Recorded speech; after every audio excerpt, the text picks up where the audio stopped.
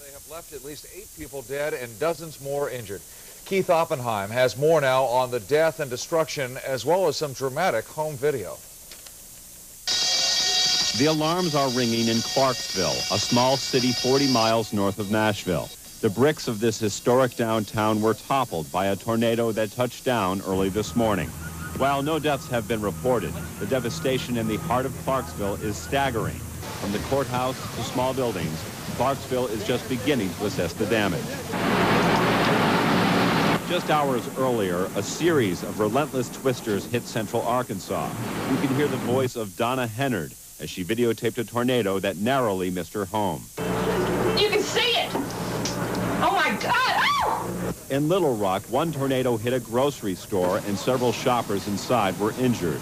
Tornado warnings had been broadcast for a good 12 hours before the storms. Kathy Archer and her family were in the basement of their home when a tornado hit. The impact and the confusion it created was frightening. I was thinking about my kids and wondering if I had everybody. Because I couldn't see anything because stuff was flying everywhere.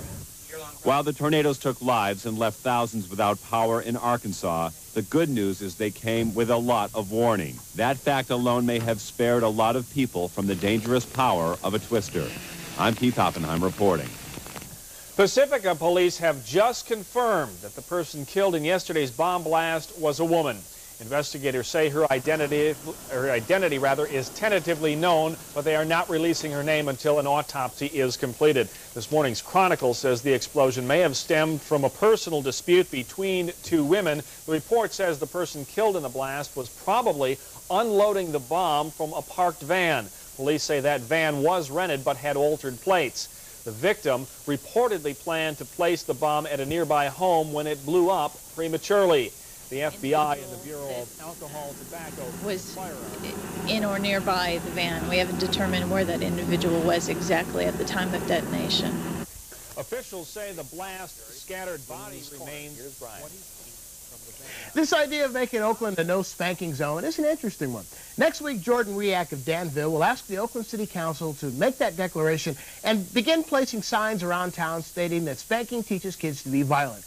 There would be no criminal penalties involved if a parent did spank within the city limits. Not that it would deter a parent who wants to spank his kid anyway. They just drive the kids out of town to whack them. As soon as we get to Emeryville, your behind is mine. I guess there are good arguments on both sides of the spanking issue. Teaching kids to be violent is something that we definitely should avoid at all costs. On the other hand, not all kids who are spanked turn out that way.